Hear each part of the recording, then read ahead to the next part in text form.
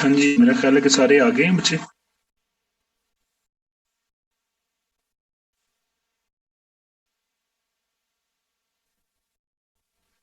जी sir, तकरीबन एक रहता है मेरे ख्याल में। अच्छा अच्छा, चलिए ठीक है, स्टार्ट करते हैं। कुछ अलजबरा का काम जो है वो हम देखते हैं। क्लियर आ रही है पिक्चर, ये जो लिखा हुआ है आपको अगर? जी सर, क्लियर है। ठीक है।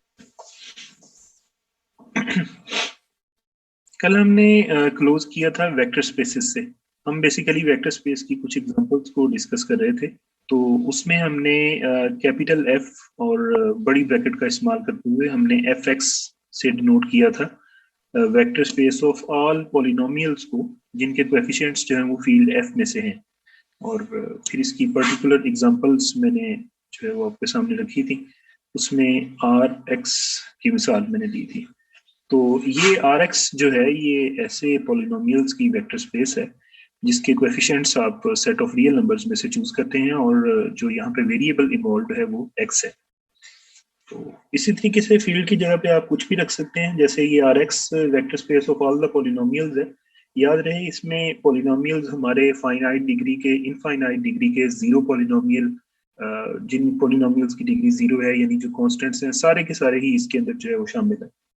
तो एफ एक्स जो है वो इन इन जनरल एफ एक्स किसी भी फील्ड एफ के लिए जो है ये वेक्टर स्पेस है ऑल द पॉलिनोमियल्स जो पॉलिनोमियल्स वेरिएबल एक्स के अंदर है। तो ये हमने मिसाल कल दी थी। अब इसका स्पेसिफिक केस हम जो है वो डिस्कस करने जा रहे हैं नेक्स्ट एग्जांपल। और वो स्पेसिफिक केस है हमारे पास, वो है एफ एन एक्स।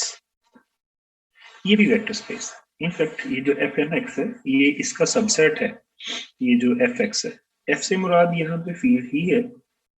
लेकिन एफ एन एक्स हम किसे जो है वो इस पर्टिकुलर केस में कहना जा रहे हैं, ये हमारे पास सेट है ऑफ ऑल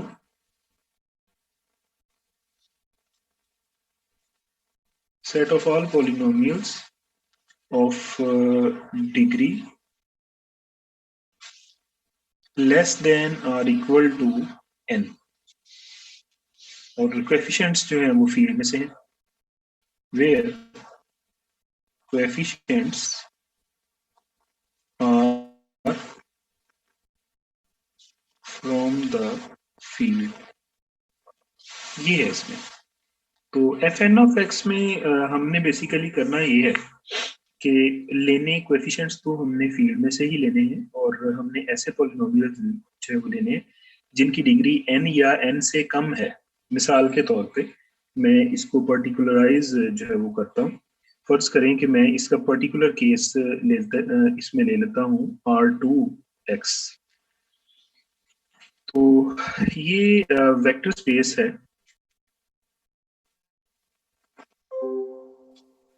all polynomials।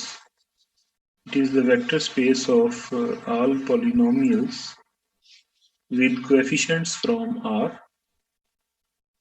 जो कोएफिशिएंट्स हैं वो हमारे जो है वो रियल नंबर्स में से ही हैं, और वेरिएबल एक्स है जिसमें पॉलिनोमियल आप बता रहे हैं, और डिग्री तमाम पॉलिनोमियल की जो है वो लेस टू है।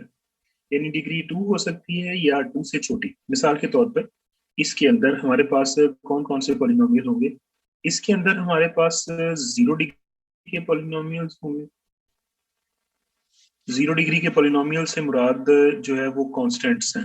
कांस्टेंट्स में जैसे टू ले लूं तो टू जीरो डिग्री का पॉलिनोमियल है क्योंकि हम इसको टू एक्स की पावर जीरो के फॉर्म में लिख सकते हैं। हाँ, एक चीज का और आप इसमें इजाफा करते चले, एफ एन ऑफ एक्स को जब हमने वेक्टर स्पेस कहना है ना तो हमने इसमें कहा है degree less than or equal to N के पॉलिनोमियल। तो इसमें फिर जीरो डिग्री के पॉलिनोमियल हैं, वन डिग्री के पॉलिनोमियल हैं, टू डिग्री के, एट मोस्ट एन डिग्री के। जैसे पर्टिकुलर केस में मैंने आर टू ऑफ एक्स की है, तो ये वेक्टर स्पेस है all the polynomials with coefficients from R जिनकी degree less than or equal to two है।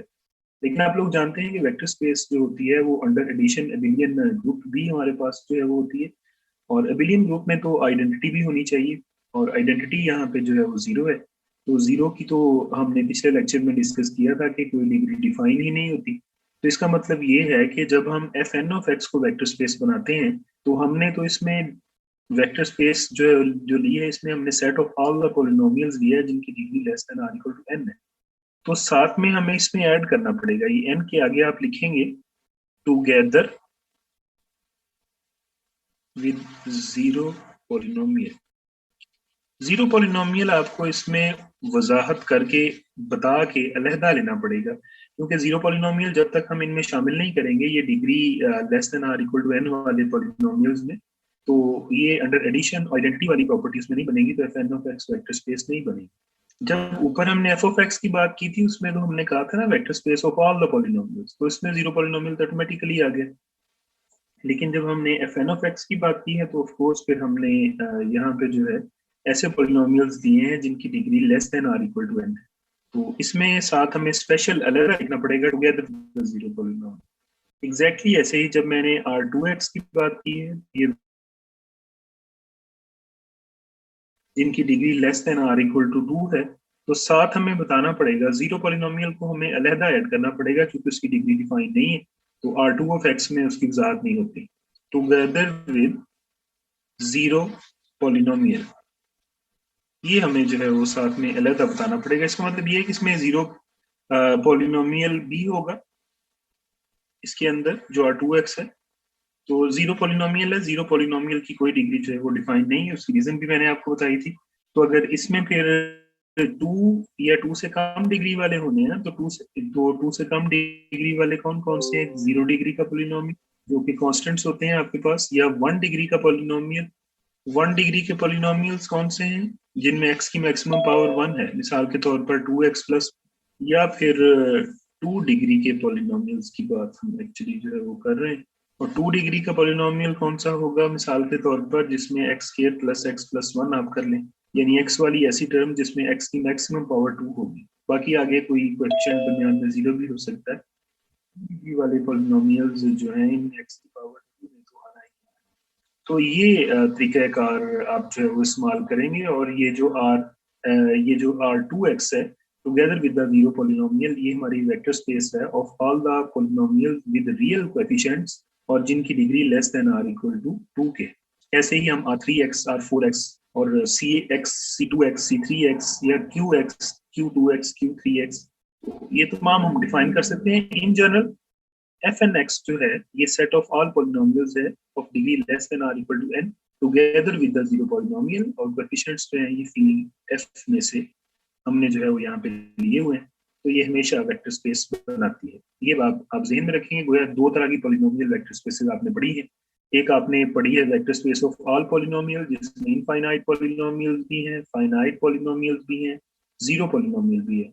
दूसरी आपने एफ एन एक्स पढ़ी है, इसमें हमारे जो है वो फाइनाइट डिग्री के पॉलिनोमियल्स हैं और जीरो को हमें अलहदा से ऐड करना पड़ना है क्योंकि उसकी डिग्री में उसकी कोई जो है वो स्पेसिफिकेशन नहीं हो रही। और ये बात आप हमेशा जो है वो जहन में रखें कि ये जो एफ एन एक्स है ऑफ कोर्स ये सबसेट है एफ ऑफ एक्स का, ये भी वेक्टर स्पेस है फील्ड एफ के ऊपर और ये भी वेक्टर स्पेस है फील्ड एफ के ऊपर, और ये तमाम पॉलिनोमियल्स हैं जो एक्स वेरिएबल की शक्ल में है। ये कुछ एग्जांपल्स हमने बेसिकली जो है वो यहाँ पे देखी।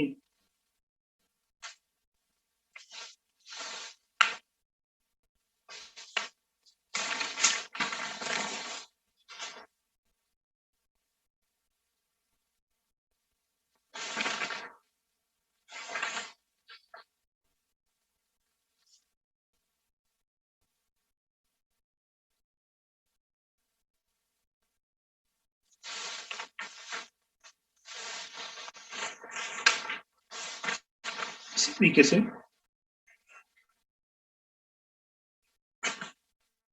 कुछ फंक्शन स्पेसेस की बात भी हम कर सकते हैं,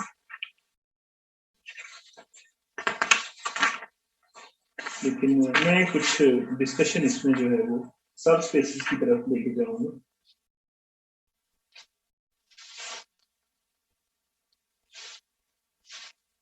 एक एग्जांपल अगर मैं जो है वो लिखना चाहूँ आपके सामने, ताकि कुछ मैथमेटिकल मेथड का काम जो है वो हमारा साथ साथ होता जाए।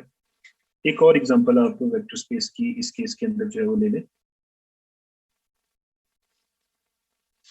एग्जाम्पल में हम ये इसमें जो है वो डिस्कस करेंगे, let X be a non empty set.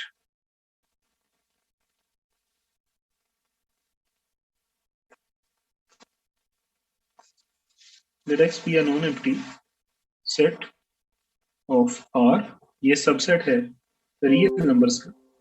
Late capital V be the set of all functions, capital V be the set of all functions। f जो है ये हमारे पास क्या है, ये x से r के अंदर तमाम जो है वो फंक्शंस हैं। तो इसमें एडिशन के आपको पता है कि मल्टीप्लिकेशन दरकार होते हैं वेक्टर स्पेस के लिए। एक तो वेक्टर्स को ऐड कैसे करना है वो रूल हमें बताना पड़ता है, यानी जिसको हम वेक्टर एडिशन बोलते हैं। और दूसरी चीज जो कि हमें बतानी पड़ती है वो होती है हमारे पास स्केलर मल्टीप्लिकेशन। तो दो ऑपरेशंस की जो है वो जरूरत होती है वेक्टर स्पेस के लिए। तो वेक्टर एडिशन इसमें आप लोग कैसे डिफाइन करेंगे दो फंक्शंस की? वेक्टर एडिशन जो है वो आप ऐसे डिफाइन करेंगे कि चूंकि हमने कहा है कि x कोई सा एक नॉन एम्प्टी सबसेट है रियल लाइन R का, और v जो है उसमें हमने तमाम ऐसे फंक्शंस रखे हैं जो सेट x से R के अंदर है। तो ऑफ कोर्स बहुत सारे फंक्शंस होंगे जिनकी डोमेन जो है वो x होगी और आंसर जो है वो बाद में आएगा। तो वेक्टर एडिशन हम इसमें जो डिफाइन करते हैं इस पर्टिकुलर केस हो रही है फंक्शन स्पेस की, यानी ऐसी वेक्टर स्पेस की बात हम करने लगे हैं जिसका हर एलिमेंट एक फंक्शन है। अब इसमें दो एलिमेंट हम जब उठाने हैं तो f और g हम फंक्शंस उठाएंगे v में से। तो ऑफ कोर्स इन दोनों की एडिशन जब हम डिफाइन करनी है, क्योंकि f और g जो है ये दोनों x पर डिफाइन होते हैं, तो जाहिर है एडिशन डिफाइन करने के लिए इनकी हमें किसी इनपुट के ऊपर अप्लाई करके इनको देखना पड़ेगा। तो दोनों की जो एडिशन है f प्लस जी फंक्शन की, ये इनपुट किसी x के ऊपर यानी इसके एक पर्टिकुलर एलिमेंट के ऊपर अप्लाई होगी। तो एडिशन डिफाइन करने का क्या रूल है, एफ एक्स पर अप्लाई होगा यानी एफ ऑफ एक्स, और इस तरीके से जी ऑफ एक्स। तो ये इनकी एडिशन को डिफाइन करने का तरीका है। अब अगली बात आती है स्केलर मल्टीप्लीकेशन की। स्केलर मल्टीप्लीकेशन जो है इसमें आप एक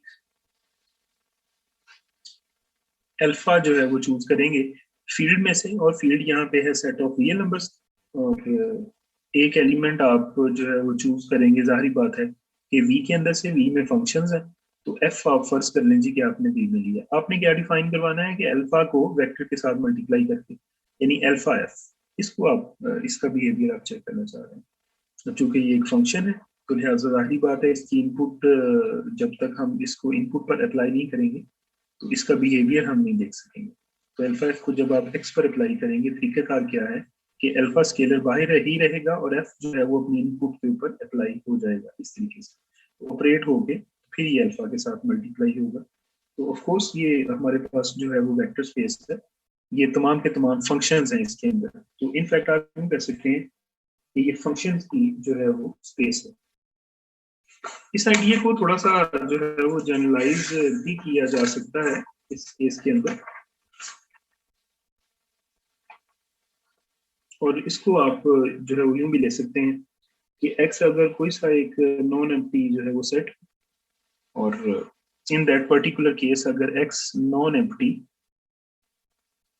सबसेट हो किसी भी फील्ड f का, तो अगर आप तमाम फंक्शंस f जो है वो लें जो कि x से f के अंदर जाते हैं, तो इन जनरल यही एडिशन का रूल और यही स्केलर मल्टीप्लिकेशन के रूल के तहत आप कहेंगे जी कि हमारे पास ये जो स्पेस है ऐसे तमाम जो फंक्शंस का जो सेट है, वी जो जो जो सेट है ऐसे तमाम फंक्शंस का, तो इसी एडिशन और मल्टीप्लिकेशन के तहत वो वेक्टर स्पेस बनाता है। तो ये जनाब हमने कुछ आपके सामने वेक्टर स्पेसेस जो है वो डिस्कस किए हैं, जिसमें हमने मैट्रिसेस की वेक्टर स्पेस को भी डिस्कस कर लिया है, पॉलिनोमियल्स की भी दो तरह की वेक्टर स्पेसेस हमने जो है वो डिस्कस की है। फिर हमने एफ एन एफ को वेक्टर स्पेस कहा था जिसमें आपने डिफरेंट एग्जांपल्स पढ़ी थी आर टू बी आर पे। फिर मैंने सब फील्ड वाला आर्टिकल के, तो वहां पे भी वेक्टर स्पेसेस की मिसालें जो है वो दी थी। तो होपफुली काफी एग्जांपल्स आपने वेक्टर स्पेसेस की जो है वो यहाँ पे देखी हैं। तो नेक्स्ट मैं अब आइडिया डिफाइन करवाना चाह रहा हूँ कि किसी भी वेक्टर स्पेस की सब स्पेस से जो है वो क्या मुराद है। तो उसके लिए हम थोड़ा सा उसकी पहले डेफिनेशन को देखेंगे और ऑफ कोर्स फिर हम ये क्राइटेरिया देखेंगे कि किसी भी सबसेट को अगर आप जो है वो इस केस के अंदर उसकी सबस्पेस बना रहे हैं किसी भी सबसेट को, तो फिर आप उसको किस तरीके से डिफाइन करेंगे। सो नेक्स्ट हमारे पास जो डेफिनेशन यहाँ पे बनती है वो बनती है subspace of A vector space. किसी भी वेक्टर स्पेस की सब स्पेस से जो है वो क्या मुराद है वो हम यहाँ पे डिस्कस करेंगे। पहले तो हम बड़ी वेक्टर स्पेस की बात करते हैं कि let V be a vector space over the field F. अब फर्ज कर लें जी कि वी वेक्टर स्पेस है। इस सारी बात को लिखने की बजाय मैं यूं भी कह सकता हूं कि V of F be a vector space. अब लोग जानते हैं कि इसका मतलब जो है वो एक ही है। तो वी ऑफ एफ जो है वो वेक्टर स्पेस है ओवर द फील्ड एफ। अब हमने इसका एक सबसेट वी का जो है वो दिया और हमने कहा जी let W be a subset of V. W आपने उस वेक्टर स्पेस वी के अंदर एक सबसेट जो है वो उठा लिए। अब ये सबसेट जो है वो सब स्पेस कब कहलाएगा? Then W is called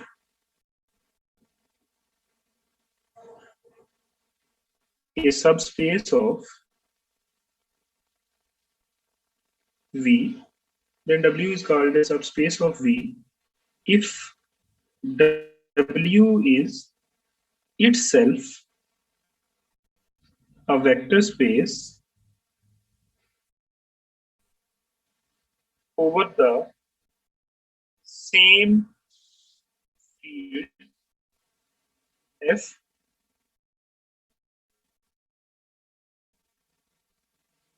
and under the same operations as defined in V। ये कॉम्प्रीहेंसिव जामिया डेफिनेशन है हमारे पास वेक्टर स्पेस सबस्पेस की। हमने इसमें देखा है, जैसे आप लोग जानते हैं कि जी और एच उसका कोई सबसेट हो तो हम एच को जी का सब ग्रुप कब बोलते हैं? बता कि अगर एच जो है वो भी ग्रुप ही हो और सेम बाइनरी ऑपरेशन के तहत जैसा कि जी था, तो ऐसी सूरत हाल में हम एच को जी का जो है वो सब ग्रुप बेसिकली बोलते हैं। अब हमारे पास V एक वेक्टर स्पेस थी फील्ड F के ऊपर, तो V ऑफ F जो है वो हम इसको वेक्टर स्पेस इस तरीके से भी लिख सकते हैं। W जो था वो एक सबसेट था V का इनफैक्ट, तो हमने कहा कि then W is called subspace of V। ये WV की सबस्पेस कहलाती है कब? अगर W इटसेल्फ वेक्टर स्पेस हो, यानी ये भी वेक्टर स्पेस की वो पांचों एक्सियम को सेटिस्फाई करे। अब शर्त क्या है कि एक तो फील्ड वही होनी चाहिए जो बड़ी वेक्टर स्पेस की है, उसी फील्ड के ऊपर। दूसरी बात यह है कि जो दो बाइनरी ऑपरेशन V के अंदर डिफाइन वो स्केलर मल्टीप्लिकेशन है और वेक्टर एडिशन है, तो वो दोनों भी सेम उसी रूल के तहत जैसे इसमें डिफाइन है वो सेम दोनों अगर W में डिफाइन हो तो उन्हीं ऑपरेशंस के तहत वेक्टर स्पेस की पांचों प्रॉपर्टीज सेटिस्फाई होनी चाहिए। तो अगर ऐसी सूरत हाल में W इन प्रॉपर्टीज को सेटिस्फाई करती है तो फिर हम कहेंगे कि W जो है वो इस पर्टिकुलर केस में सबस्पेस है वेक्टर स्पेस V की, और उसी फील्ड के ऊपर जिसके ऊपर बड़ी की बात हमने की।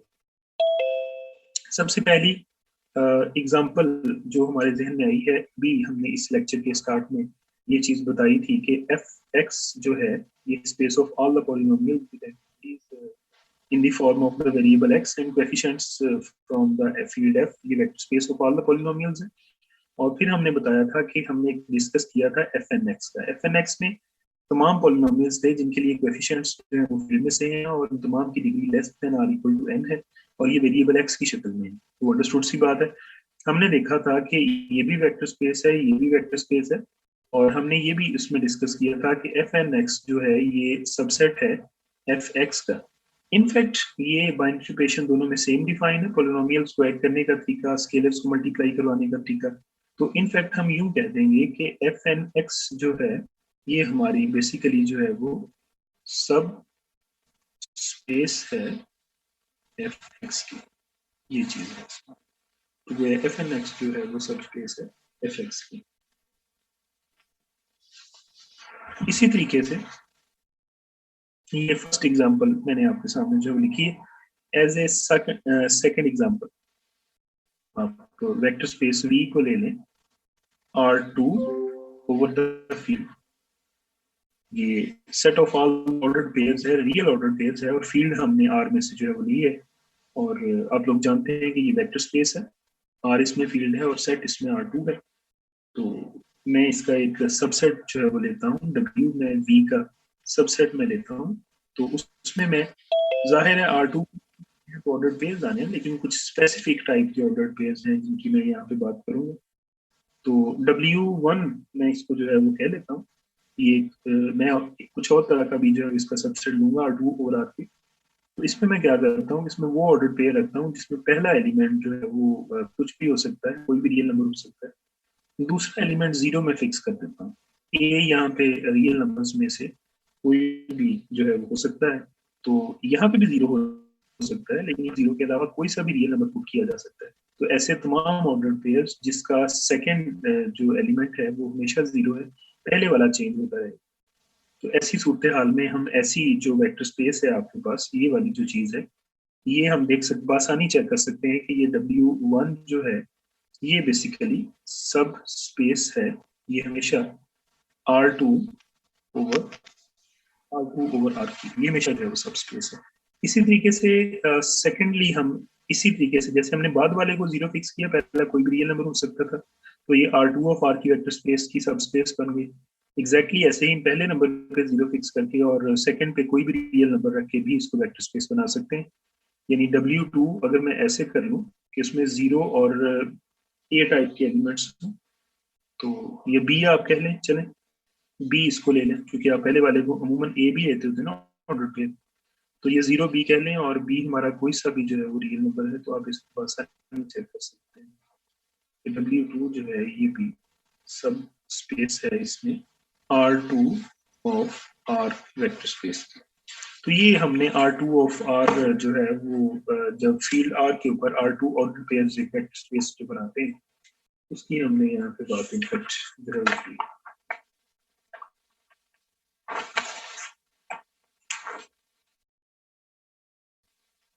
आइडिया को मैं थोड़ा सा जो है वो जनरलाइज करता हूँ। ये जो दो मैंने R2 ओवर R की आपको दो मिसालें बताई हैं कि पहले वाले में आपने इसको बाद वाले को 0 किया, पहले नंबर पे A था तो वो W1 सब स्पेस बनी, फिर W2 बनी। मैं इस आइडिया को जनरलाइज जो है वो करता हूँ। और जनरलाइजेशन में ये है जी कि अगर इन जनरल आपके पास अगर F2 ओवर F से मुराद यहाँ पे फील्ड है, तो अगर हम F की जगह पे R रखें तो ये पिछली एग्जांपल बनती है जो भी हमने डिस्कस की। तो F2 ऑफ F जो हमारी वेक्टर स्पेस है, अगर हम इसकी बात करें तो W1 इसके अंदर, ये चाहे कोई और भी हो रही है नंबर्स के अलावा भी, तो अगर हम ऐसे ऑर्डर पेयर्स लें, इसमें हम A और 0 टाइप के लें और A जो है वो फील्ड में से बिलोंग करे, तो ये भी हमेशा सब स्पेस होती है इस केस के अंदर F2 F की। और इसी तरीके से W2 जो हमने हम इसमें ऐसे ऑर्डर पेयर लेते हैं कि जिनमें पहले नंबर पे 0 और बाद में फील्ड का कोई भी एलिमेंट जो है वो रखते हैं, तो ऐसे केस में ये भी हमारे पास जो है वो सब स्पेस ही बनती है F2 वेक्टर स्पेस की फील्ड F के ऊपर। तो ये इन जनरल ये मैंने जो है वो बात इसमें की। आप इस आइडिया को जो है वो एक्सटेंड भी कर सकते हैं। आप इस आइडिया को एक्सटेंड ऐसे कर सकते हैं कि अगर हम F3 की बात करते हैं तो ऑफ कोर्स आप किसी एक को जो है वो बाकियों को 0, पहले वाले को आप जो है वो नॉन 0 रहने दें, तो तब भी ये बात बढ़ाई जा सकती है। फिर ट्रिवियल सब स्पेसिस की बात हम कर लेते हैं। VF आपकी अगर कोई सी भी वेक्टर स्पेस हो, तो इसके दो सबसेट्स V के दो सबसेट्स ऐसे हैं जो हमेशा इसके सब स्पेसिस होने ही होने में, एक तो सिंगलटन 0 है और दूसरा जो है वो V है। तो in fact these are trivial subspaces of V. तो ये हमेशा दोनों जो है वो लाजमी तौर पर सिंगलटन जीरो भी और वी भी ये ऑलवेज जो है वो ट्रिवियल सबस्पेस होंगी वेक्टर स्पेस वी की, यानी इन्होंने जो है वो सबस्पेस होना ही। तो ये कुछ एग्जांपल्स हमने इनफैक्ट यहाँ पे जो है वो डिस्कस की हैं। अब क्वेश्चन ये है कि क्या हम किसी भी वेक्टर स्पेस को लेके तो उसका कोई सबसेट उठा के कोई भी, तो क्या हम सारी पांचों की पांचों मैगजीन चेक करेंगे फिर हम बताएंगे कि वो वेक्टर स्पेस की सबस्पेस बन रही है? तो ये तो बड़ा एक जो है वो हेक्टिक सा काम है। ऑफ कोर्स हम इस तरीकेकार को इस्तेमाल नहीं करेंगे। हम एक क्राइटेरिया डेवलप करते हैं in the form of the theorem, जिसको अप्लाई करके आप आसानी ये बात बता सकते हैं कि कोई भी सबसेट जो है वो दी गई का वो सबस्पेस होगा कि नहीं होगा। उसके लिए हम एक थ्योरम रखते हैं यहाँ पे, सबस्पेस क्राइटेरिया। सबस्पेस क्राइटेरिया में हम किसी भी सबसेट के लिए वो क्राइटेरिया चेक कर लेंगे, अगर वो सेटिस्फाई हो तो हम फिर उसको सबस्पेस जो है वो बोल देंगे। Let VF be a vector space and W be a subset of V. Then W is called a subspace of V।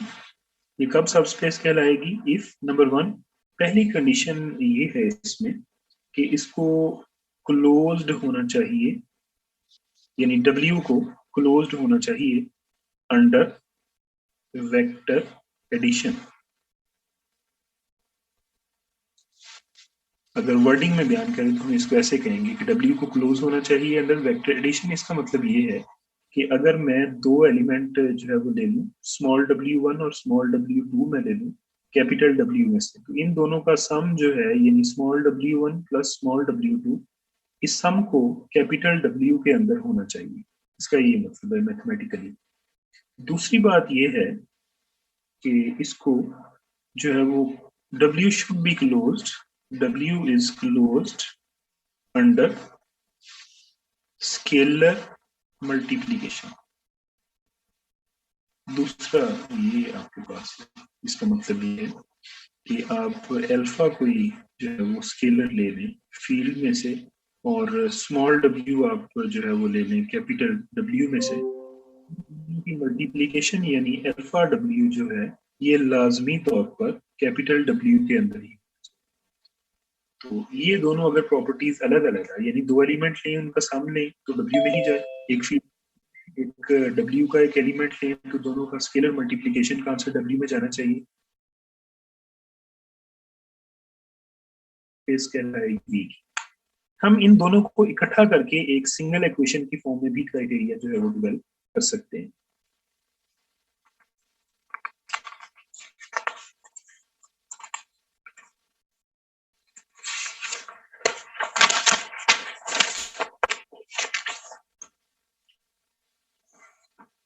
Alternative जो क्राइटेरिया है किसी भी वेक्टर स्पेस का, यानी फर्स्ट स्पेस क्राइटेरिया जो है वो आप ले लें, सिंगल स्टेप क्राइटेरिया कह लें इसको, वन स्टेप क्राइटेरिया। ये एक्चुअली जो वन स्टेप क्राइटेरिया है ये इन्हीं दो स्टेप्स को इकट्ठा हम जो है यूज कर लेते हैं। उसमें हम कैसे कहेंगे जी कि let space over the field F. आप फर्ज करेंगे कि वी ऑफ एफ जो है वो वेक्टर स्पेस है फील्ड एफ के ऊपर, और W जो है वो इस केस के अंदर आपका सबसेट है V का। तो then W is a subspace of V।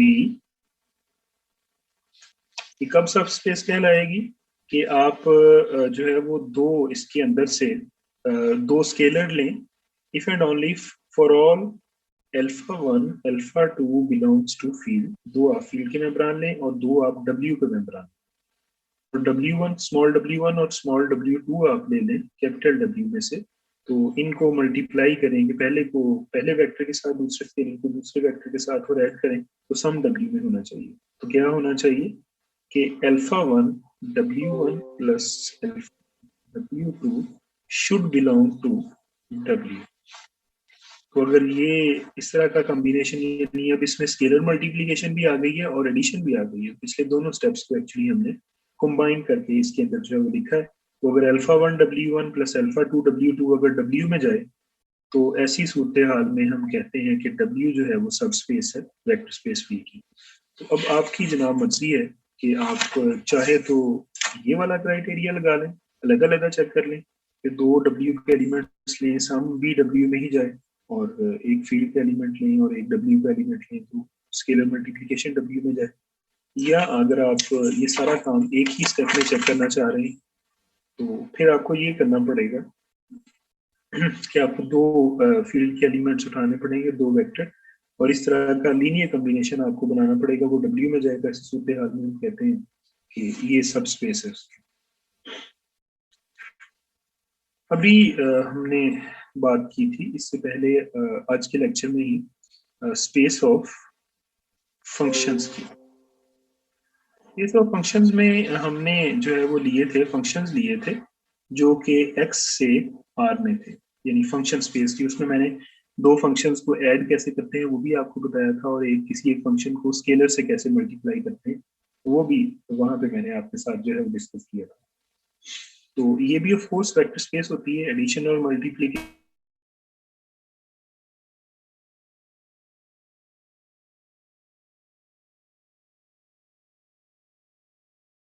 जो कि सेट x से r में है, x यहाँ पे r का कोई सा भी सबसेट है।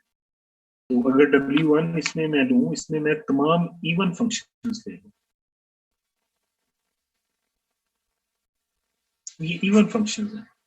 इवन फंक्शंस जो हैं ये सब स्पेस हो जाएंगे। ये जो फंक्शंस हैं तमाम, इनको x से हम इस वेक्टर स्पेस को इनफैक्ट जो है वो डिनोट करते हैं।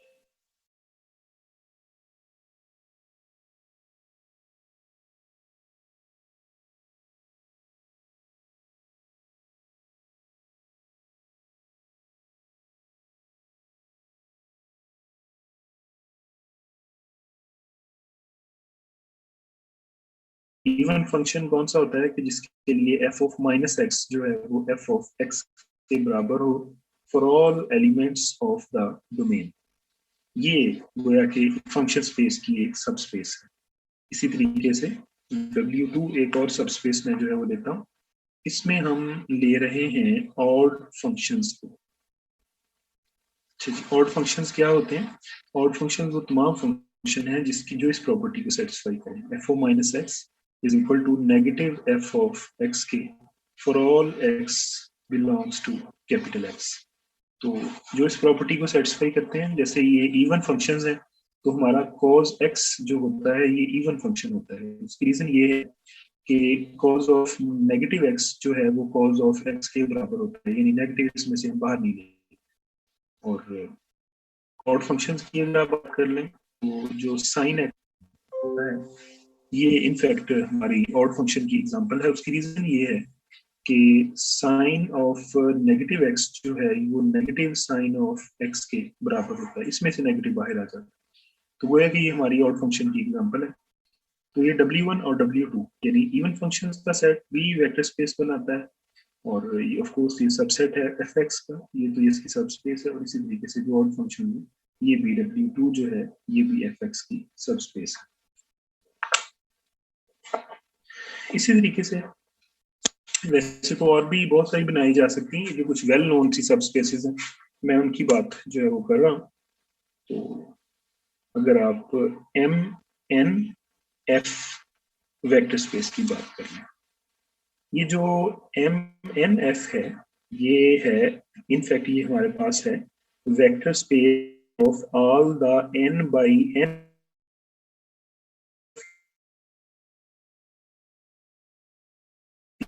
Field f। तो एंट्रीज उसकी जो है वो फील्ड f के अंदर से हैं। अब इसके दो सबसेट्स अगर हम उठाएं तो वो भी इसकी हमेशा सब स्पेसेस होंगी। उसमें W1 में इसका एक सबसेट ऐसा उठा रहा हूँ जिसमें तमाम सिमेट्रिक मैट्रिसेस में जो है वो ले रहा हूँ इसमें से। तो W1 के अंदर सिमेट्रिक मैट्रिसेस जो है मैं ले रहा हूँ, तो सारे के सारे सिमेट्रिक मैट्रिसेस आप उठाएं। आप जानते हैं कि कोई भी मैट्रिक्स सिमेट्रिक कब कहलाता है, जब उसका ट्रांसपोज लें तो आंसर वही आए। तो इनफैक्ट ये तमाम के तमाम सिमेट्रिक मैट्रिसेस जो हैं वो इसके अंदर मौजूद हैं, इसका एक सबसेट है। तो वो दोनों, तो ये मिलके तो सारे सब स्पेस पी बनाएंगे MNF। और इसी तरीके से W2 में इसके वो मैट्रिसेस जो है वो उठा लेता हूँ जो स्क्यू सिमेट्रिक है।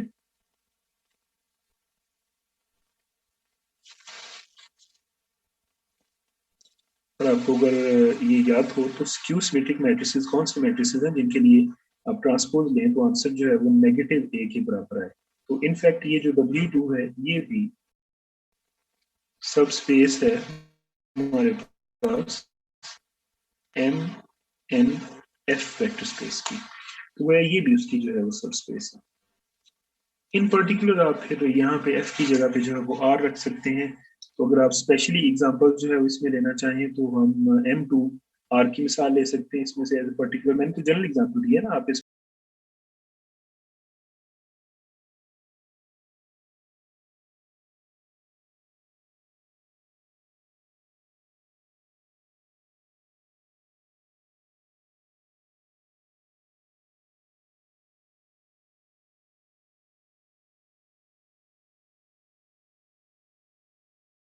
वो भी सब स्पेस होती है, इंटरसेक्शन भी सब स्पेस होती है, और सम ऑफ टू सब स्पेसेस जो है सब स्पेस होता है। तो हम ये कुछ काम हम फिर नेक्स्ट लेक्चर के अंदर जो है उसको हम डिस्कस करेंगे इंशाल्लाह। तो यहाँ तक अगर आपके माइंड में कुछ क्वेश्चन है किसी भी किस्म का तो वो आप मेरे साथ डिस्कस कर सकते हैं। नेक्स्ट इंशाल्लाह हम कुछ मजीद एग्जांपल्स और यूनियन, इंटरसेक्शन और सम ऑफ सब स्पेसेस के साथ और डायरेक्ट सम उसके साथ हम इंशाल्लाह जो है वो डिस्कस करेंगे। तो अब तक हमने जो जिस काम को डिस्कस किया है उसमें अगर किसी भी किस्म का आपको कोई मसला पेश आया है तो वो आप मेरे साथ डिस्कस कर सकते हैं। भी अगर आपका क्वेश्चन है आज के लेक्चर में से या कोई अगर प्रॉब्लम है किसी भी जगह से नहीं समझ आई तो देन आप मुझसे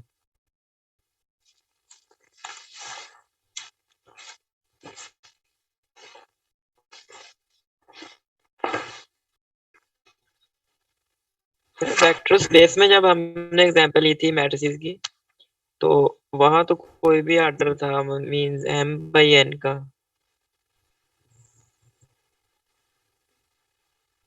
हाँ जी। जब वेक्टर स्पेस की एग्जांपल में हमने सर मैट्रिसेस को लिया था,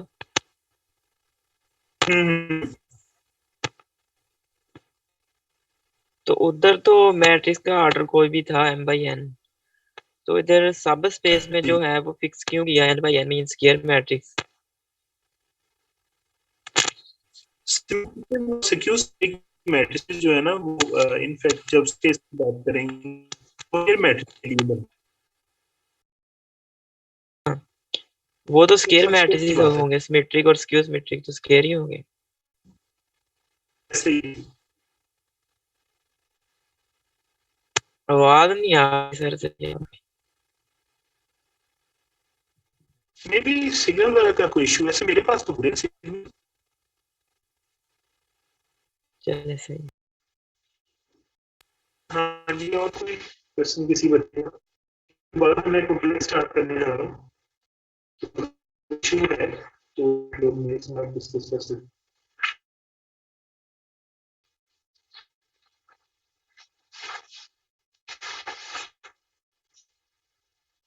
हाँ जी बच्चों, कोई क्वेश्चन है इसमें?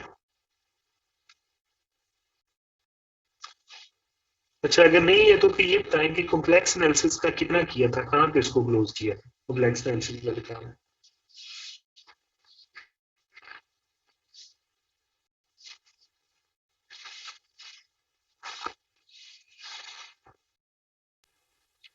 कॉम्प्लेक्स एनालिसिस शायद सर काशी रीमान इक्वेशन से स्टार्ट करनी है।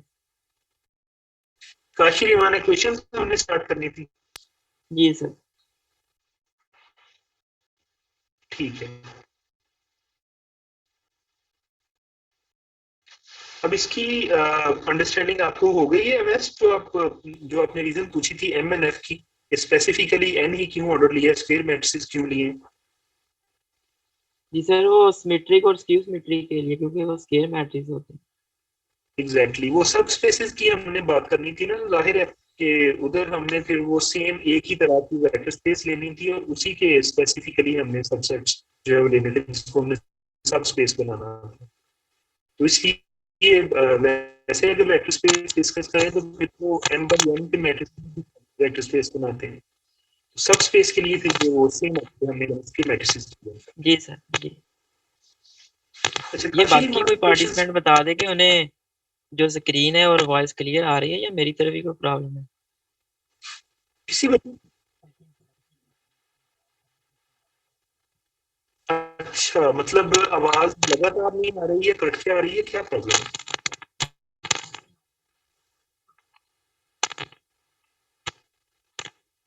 अच्छा। अच्छा, मेरे टोटल 4 सिग्नल्स जो है वो डिस्प्ले हो रहे हैं।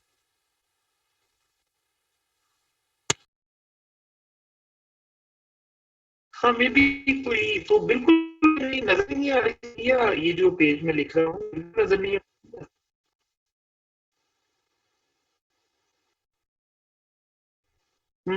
हाँ, मेरे एक सिग्नल ड्रॉप्ड है, वो मैंने अभी देखा है, तो शायद इसी वजह से वो होगा।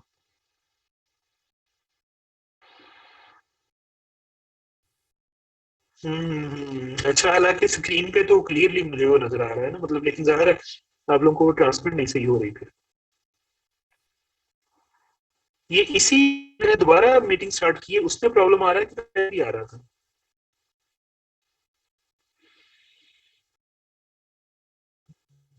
हाँ,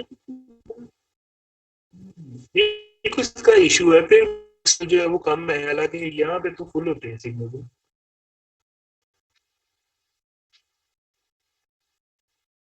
अभी अगर आपको नहीं क्लियर आ रही तो फिर कॉम्प्लेक्स का काम ना स्टार्ट करें अभी।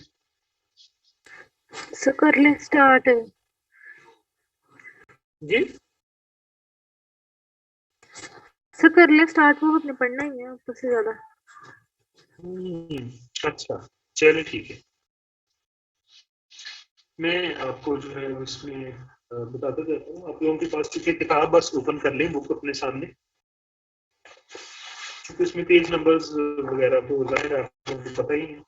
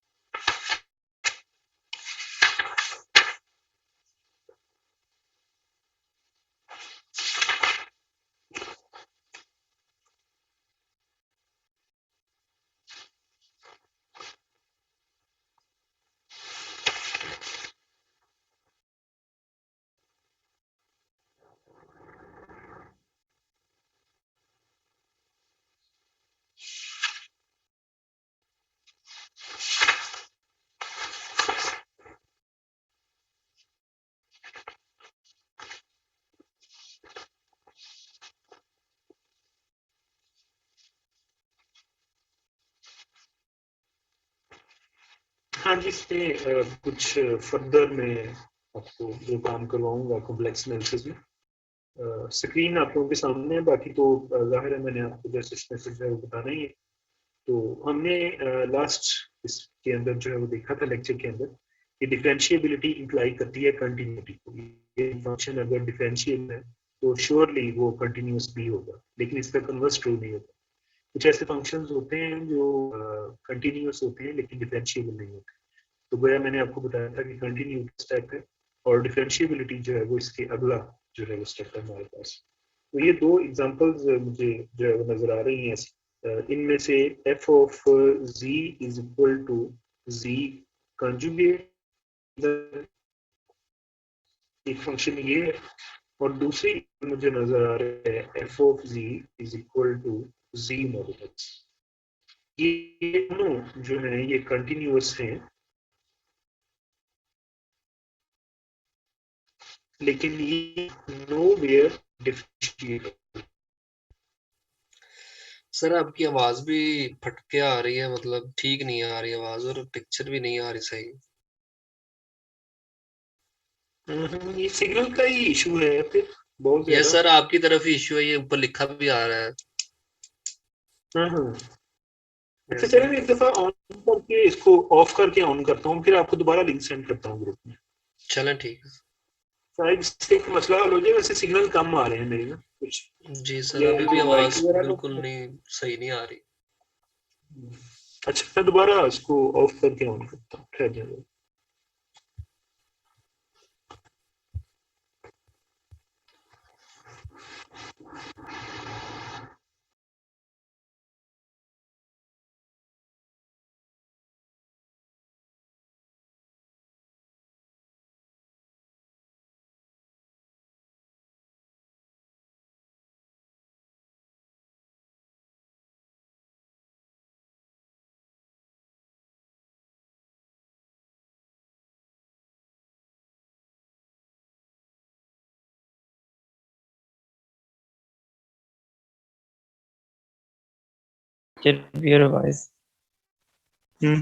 सिग्नल अभी वैसे उतना ही है तो चलें। ये फिर आपको नजर आ रहा है जो मैंने लिखा हुआ है, f of z is equal to z conjugate function और f of z is equal to z modulus function. ये दोनों जो है ये कंटिन्यूअस फंक्शंस हैं, लेकिन वो वेयर डिफरेंशिएबल हैं, यानी कि उनका डेरिवेटिव एग्जिस्ट नहीं करता है। तो जो मैंने अभी आपको मिसाल दी थी ना कि एक continuous function may not be differentiable but every differentiable function is continuous. तो ये काउंटर एग्जांपल है कि कुछ ऐसे कंटिन्यूअस फंक्शन की मिसाल है जो डिफरेंशिएबल नहीं है। तो इनको आप जो है वो नोट कर लीजिएगा। और नेक्स्ट हम फिर चलते हैं काशी-रीमान इक्वेशन के ऊपर।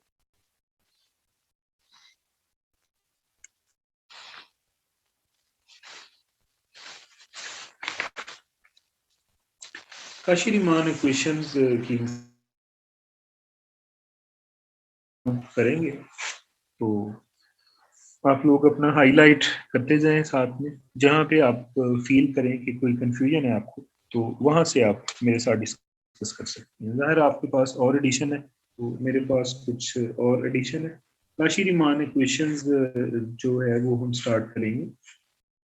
ये आर्टिकल आपके है पेज नंबर 130 के ऊपर। आपके पास जो बुक है उसके 130 पेज के ऊपर ये 3.3 आर्टिकल है काशी-रीमान इक्वेशंस। तो इसकी कोई 4 लाइनें छोड़ के आपको एक इंट्रोडक्शन में एक लाइन नजर आएगी। A function f is analytic in a domain D if f is differentiable at all points in D। तो ये आप लोग जो है वो हाईलाइट कर लें। तो हमने उस दिन ये चीज देखी थी कि फंक्शन किसी भी पॉइंट के ऊपर कब एनालिटिक होता है कि अगर उस पॉइंट के ऊपर एक नेबरहुड ऐसे मिले कि उसके भी हर पॉइंट पे जो फंक्शन है उसका डेरिवेटिव भी एग्जिस्ट करे। तो ऐसी सूरत हाल में हम उस फंक्शन को एनालिटिक बोलते हैं। तो अगर किसी डोमेन डी के वो हर पॉइंट पे डिफरेंशिएबल है, तो फिर जाहिर सी बात है कि आप जो भी पॉइंट लेंगे उसके गिर्द जो भी नेबरहुड लेंगे, चूंकि वो डोमेन के हर एक पॉइंट पे भी डिफरेंशिएबल है, तो ऑफ कोर्स उसके वो हर नेबरहुड में डिफरेंशिएबल ही होगा। तो ये चीज को आप अंडरलाइन इस पर्टिकुलर केस में जो कर रहे हैं। और फिर हमने एक मिसाल ये भी देखी थी पिछले आर्टिकल के अंदर कि एक पॉइंट के ऊपर अगर जो है वो फंक्शन हमारा डिफरेंशिएबल है, तो ये ज़रूरी नहीं कि वो वहाँ पे एनालिटिक भी हो। अगर आपको याद हो तो मैंने आपको एक मिसाल दी थी f of z is equal to z modulus square की, और उसमें ये at z is equal to 0 जो है ये डिफरेंशिएबल था। तो लेकिन और किसी भी जगह पे डिफरेंशिएबल है, but no not differentiable anywhere else. तो z इज इक्वल टू 0 पर ये डिफरेंशिएबल है, लेकिन किसी भी और जगह पे ये डिफरेंशिएबल नहीं है। तो इसका मतलब ये है कि ये हमारे पास एक ऐसा फंक्शन है जो z इज इक्वल टू 0 पर डिफरेंशिएबल तो है, लेकिन z इज इक्वल टू 0 पर ये एनालिटिक नहीं है, चूंकि इसके अलावा कोई भी हमें इसका नेबरहुड नहीं मिलता कि जिसके अलावा मतलब एक पॉइंट पे ही डिफरेंशिएबल है, और चूंकि किसी पॉइंट पे भी नहीं है तो ऑफ कोर्स कोई भी ऐसा नेबरहुड नहीं है इसका भी जिसके किसी भी पॉइंट पे ये डिफरेंशिएबल हो, तो it is not an analytic function, however it is a differentiable function. Next आपको अगली हेडिंग नजर आ रही है अपनी बुक के ऊपर, necessary condition for the analyticity. तो याद रहे कि ये नेसेसरी कंडीशन है, ये हमारे पास इस केस के अंदर नेसेसरी है, ये सफिशिएंट नहीं है। मतलब ये अगर फंक्शन जो है वो एनालिटिक होगा तो फिर ये होगी, हम ये नहीं कह सकते कि अगर ये पूरी हो तो फंक्शन लाजमी तौर पर एनालिटिक भी होगा। तो ये नेसेसरी है, सफिशिएंट जो है वो नहीं है। तो इसमें जो काशी-रीमान इक्वेशंस हैं आप उनको फोकस करें, और इसकी ये जो डेफिनेशन आपको नजर आ रही है, डेफिनेशन 3.3.3, आप इसको मुकम्मल तौर पे हाईलाइट भी कर लें, और ये नेसेसरी कंडीशन है इनफैक्ट किसी भी फंक्शन की एनालिटिसिटी के लिए। ज़ाहिर है एनालिटिसिटी का डायरेक्ट ताल्लुक डिफरेंशिएबिलिटी के साथ, तो ये इनफैक्ट डिफरेंशिएबिलिटी के लिए जो है वो क्राइटेरिया है कि डेरिवेटिव कब एग्जिस्ट करेगा किसी पॉइंट पे। इसकी स्टेटमेंट जरा आप ध्यान के साथ देखें। Suppose that f of z is equal to u of xy plus iota v of xy is differentiable at a point z is equal to x plus iota y. तो ये z is equal to x plus iota y पर जो है ये differentiable है, हमने फर्ज कर लिया। Then क्या होगा? At z, the first order partial derivatives of u and v exist and satisfy the Cauchy-Riemann equations. Partial u by partial x is equal to partial v over partial y. एक ये pair है equations का, और दूसरा pair क्या है जी, partial u by partial y is equal to minus partial v over partial x। तो अगर ये दोनों पेयर ऑफ इक्वेशंस जो है वो आपके पास अगर ये दोनों सेटिस्फाई हो रहे हैं तो फिर ये कब सेटिस्फाई होंगे, अब जरा ध्यान के साथ इसकी स्टेटमेंट को समझो। अगर f of z u plus iota v, u इसका रियल पार्ट है और v इसका इमेजिनरी पार्ट है, अगर ये किसी भी पॉइंट के ऊपर डिफरेंशिएबल है तो तब ये इक्वेशन सेटिस्फाई होंगी। इसका मतलब ये है कि हम ये नहीं कह सकते कि अगर ये सेटिस्फाई होंगी तो फंक्शन डिफरेंशिएबल भी होगा, ये हम नहीं कह सकते। तो ये नेसेसरी कंडीशन है। नेसेसरी का मतलब ये है अगर डिफरेंशिएबल होगा तो फिर ये इक्वेशन सेटिस्फाई होंगी। तो ये बजाते खुद तो शायद आपको इतना यूजफुल नहीं लग रहा होगा, लेकिन इसका कन्वर्स बड़ा मजे का जो है वो यूजफुल है। कन्वर्स क्या है इसका कि अगर किसी पॉइंट पे काशी-रीमान इक्वेशन जो है वो इसका ये कॉन्ट्रापोजिटिव स्टेटमेंट, सॉरी कन्वर्स नहीं, अगर इस किसी भी पॉइंट के ऊपर काशी-रीमान इक्वेशन सेटिस्फाई ना हो तो फिर उस पॉइंट पे फंक्शन हमारा डिफरेंशिएबल नहीं होगा। कॉन्ट्रापोजिटिव स्टेटमेंट इसकी ये है। तो ऑफ कोर्स अगर उस पॉइंट के ऊपर वो डिफरेंशिएबल नहीं होगा तो फिर ऑफ कोर्स एनालिटिक भी नहीं होगा। इसका मतलब ये हुआ कि अगर किसी भी पॉइंट के ऊपर काशी-रीमान इक्वेशन सेटिस्फाई नहीं होती है तो फिर हम कहेंगे जी कि हमारा फंक्शन उस पॉइंट पे ना डिफरेंशिएबल है और लिहाजा उसी के अगली स्टेज ना ही एनालिटिक है। तो इसकी ये बजाते खुद तो यूज होगी ही होगी, इसकी कॉन्ट्रापोजिटिव स्टेटमेंट बड़ी होगी और वो बड़ी एप्लीकेबल है चेक करने के लिए कि अगर किसी फंक्शन को नॉट एनालिटिक प्रूफ करना है तो हम इसके लिए ये क्राइटेरिया यूज कर सकते हैं। फिर मजीद इसमें जो है वो आपको इक्वेशन नंबर 5 नीचे नजर आएगी। इक्वेशन नंबर 5 में अगर काशी-रीमान इक्वेशन आपकी सेटिस्फाइड है तो फिर आप डेरिवेटिव्स जो है वो कैसे लेते हैं, सीआर इक्वेशन की फॉर्म में, पार्शियल डेरिवेटिव्स की फॉर्म में।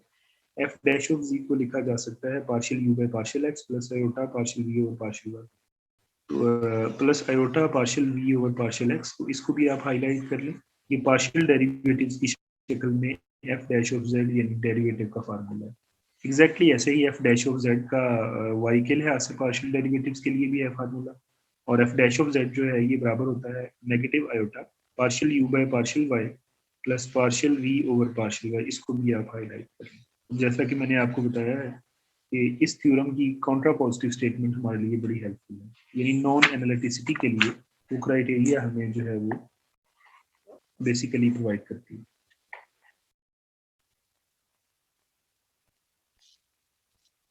अब यहाँ पे ये जो एग्जांपल नंबर 1 है, verifying the theorem 3.31, the polynomial function f of z is equal to z square plus z is analytic for all z and can be written as, हम इसको u plus iota v की form में पहले लिखेंगे और फिर हम देखेंगे कि चूंकि ये डिफरेंशिएबल है लिहाजा काशी-रीमान इक्वेशन सेटिस्फाई होती है। तो ये जस्ट उसकी जो है वो हेल्पफुल है। अब वही बात जो मैंने आपको बताई थी, the contrapositive form of the sentence preceding example number 1 is, तो कॉन्ट्रापोजिटिव स्टेटमेंट उसकी जो है वो बड़ी हेल्पफुल है नॉन एनालिटिसिटी को चेक करने के लिए। ये आप हाईलाइट करेंगे। If the Cauchy Riemann equations are not satisfied at every point z in a domain D, then the function f of z is equal to u of xy plus iota v of xy cannot be analytic in D।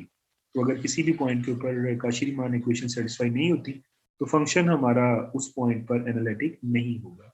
लेकिन अगर हो जाती हैं तो फिर हम कुछ नहीं कह सकते।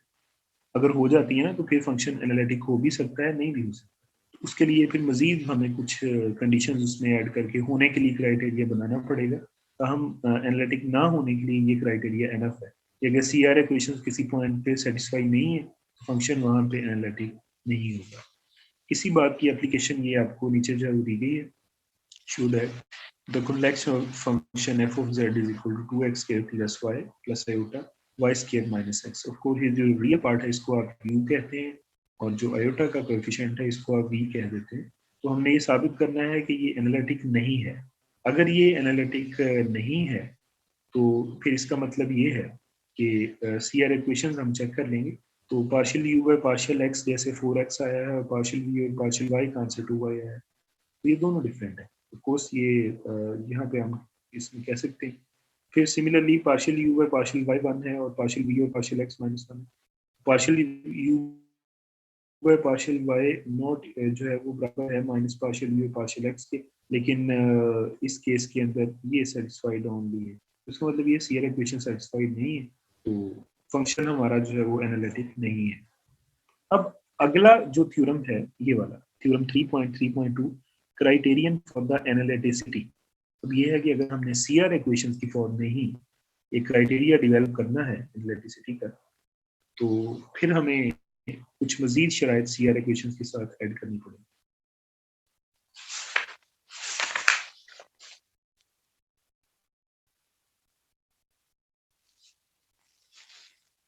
वो क्या है जी कि suppose that the real functions u of xy and v of xy are continuous. ये जो u और v हैं ये दोनों रियल और इमेजिनरी पार्ट हैं f of z फंक्शन के। हमने कहा जी कि ये दोनों कंटिन्यूअस भी हैं और इनके continuous first partial order derivatives भी हैं डोमेन D के अंदर। यानी इसमें दो शराइत हैं, u v दोनों कंटिन्यूअस हैं और मजीद इनके जो पार्शियल डेरिवेटिव्स निकलते हैं ना फर्स्ट ऑर्डर के, जैसे u के दो फर्स्ट ऑर्डर पार्शियल डेरिवेटिव्स हैं, partial u by partial x और partial u by partial y. ऐसे ही v के भी दो फर्स्ट ऑर्डर के पार्शियल डेरिवेटिव्स हैं। तो पार्शियल v और पार्शियल एक्स की आप बात कर सकते हैं, पार्शियल v और पार्शियल वाई की आप बात कर सकते हैं। तो वो जो फर्स्ट ऑर्डर डेरिवेटिव्स के जो आंसर्स आते हैं ना उनको भी कंटिन्यूअस होना चाहिए। ऑफ कोर्स u और v तो कंटिन्यूअस होंगे तो तभी पार्शियल डेरिवेटिव बनेंगे, वो बात ऑब्वियस है। नई चीज क्या है कि जो partial u by partial x या partial u by partial y इस तरीके से v के लिए जो आंसर्स आते हैं ना उनको भी कंटिन्यूअस होना चाहिए डोमेन D के अंदर। ये नई चीज हमने इसमें ऐड की है। इफ u एंड v, अब अगर इन शराइत के साथ u और v मजीद काशी-रीमान इक्वेशन को सेटिस्फाई भी करें किसी डोमेन D के हर पॉइंट पे, तो then complex function f of z is equal to u of xy plus iota v of xy is analytic। फिर ये D के हर पॉइंट पर एनालिटिक जो है वो फंक्शन हो जाएगा। अब ये क्राइटेरियन फॉर द एनालिटिसिटी है, यानी अब इसमें हमारे पास जो है वो ये शर्त है कि कब एनालिटिक हो। अब इसको यूज करते हुए ये 3.3.2 एग्जांपल्स है यहाँ पे। f of z आपको दिया हुआ है x over x square plus y square और minus iota y over x square plus y। इसमें u और v आपको जनाब दिए हुए हैं, तो u और v कंटिन्यूअस है एक्सेप्ट एट द पॉइंट जहाँ पे x square plus y square 0 आता है और ये z is equal to 0 है, क्योंकि अगर इसका डिनोमिनेटर 0 किस पॉइंट पे जहाँ पे 0 y, उसके अलावा बाकी के ऊपर अगर आप देख लें तो partial u by partial x, partial u by partial y, तो ये सारे rational function. Of course first derivative जो है ये भी कंटिन्यूअस है at z is equal to 0 के अलावा। तो फाइनली सी आर इक्वेशन भी सेटिस्फाइड है। तो इनफैक्ट ये जो दिया गया फंक्शन है ये हर उस पॉइंट के ऊपर जो है वो एनालिटिक है, मास वाई हम 0 0 जो है। तो ये बात आप जो है वो इनफैक्ट ध्यान में रखें और ये एग्जांपल आप ध्यान के साथ इसमें करें। एग्जांपल नंबर 3 है। अब चूंकि एनालिटिसिटी जो है ये इम्प्लाई करती है डिफरेंशिएबिलिटी, तो जैसे अभी हमने थ्योरम बनाया था सेम उसी के लिहाज से सफिशिएंट कंडीशन फॉर डिफरेंशिएबिलिटी भी बना सकते हैं। If real functions u of xy and v of xy are continuous and have continuous first order partial derivatives in some neighborhood of a point z, and if all u and v satisfy the Cauchy-Riemann equations, then the complex function f of z is equal to u of xy plus iota v of xy is differentiable at z, and f dash of z is given by the equation number 9. तो पीछे equation number 9 आपको जो है वो ये वाली जो दी हुई है, ये इसका फार्मूला हम यूज करेंगे। तो ये जस्ट वो एनालिटिसिटी वाला ही क्राइटेरिया है, चूंकि एनालिटिसिटी का मतलब डिफरेंशिएबिलिटी होता है, लेकिन डिफरेंशिएबिलिटी का मतलब एनालिटिसिटी हो भी सकता है, नहीं भी हो सकता। तो इसमें आप ये कांस्टेंट फंक्शन वाला एक 3.3 आप जो है वो नोट कर लें, और फिर ये स्पेसिफिकली ये आप जरूर याद करें कुछ माने पोलर कोऑर्डिनेट्स के अंदर काशी-रीमान इक्वेशंस के फार्मूलाज हैं। तो और फिर पोलर कोऑर्डिनेट्स के अंदर सीआर इक्वेशन के भी मानी आपको याद होना चाहिए, चूंकि एमसीक्यू पोलर कोऑर्डिनेट्स की फॉर्म में भी आ सकता है। और फिर ये फर्स्ट डेरिवेटिव जो एफ डैश ऑफ जी निकालना है पार्शियल डेरिवेटिव्स की फॉर्म में, जैसे पीछे हमने एक्स और वाई के लिए निकाला था, तो वो यहाँ पे भी है। और एक दफा आप कंपैरिजन विद रियल एनालिसिस वाले को जरूर इस केस में जो है वो अच्छे तरीके से आप पढ़ लें।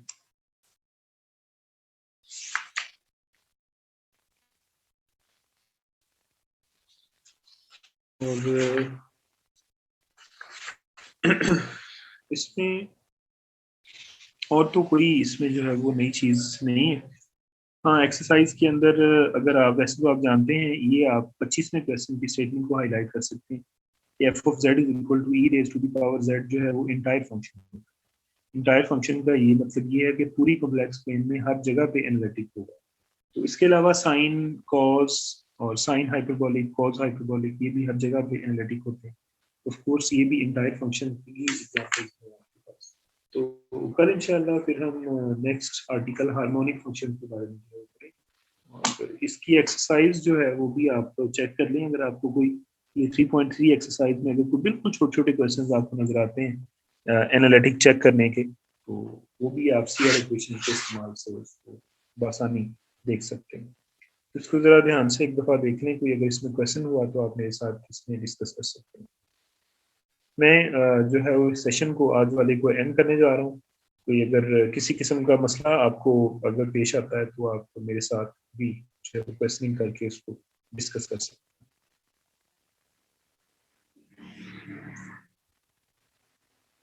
जी, जो कोई आपके माइंड में कोई अगर कंफ्यूजन हो तो आप मेरे साथ वो शेयर कर सकते हैं।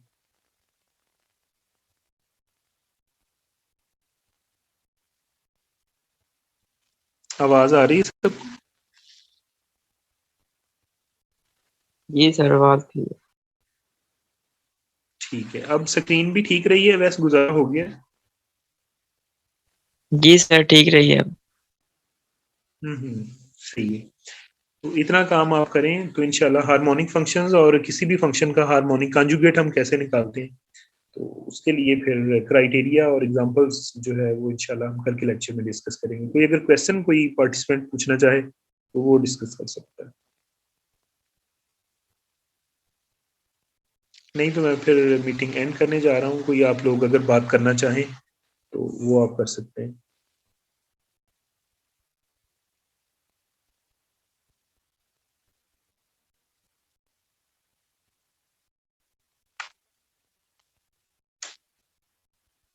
सो तो नहीं गए सारे? नहीं सर जी, चलिए कोई ठीक है, क्वेश्चन नहीं है। ठीक हो गया। चलें आप इसको करें आज फिर, तो इंशाल्लाह कोई अगर मसला मसाइल हुआ तो फिर भी आप ग्रुप में भी पूछ सकते हैं मुझसे, व्हाट्सएप वाले में भी। तो कल इंशाल्लाह फिर मजीद हम देखेंगे। ओके बच्चों, फिर अल्लाह हाफिज। मीटिंग को मैं एंड करने जा रहा हूँ।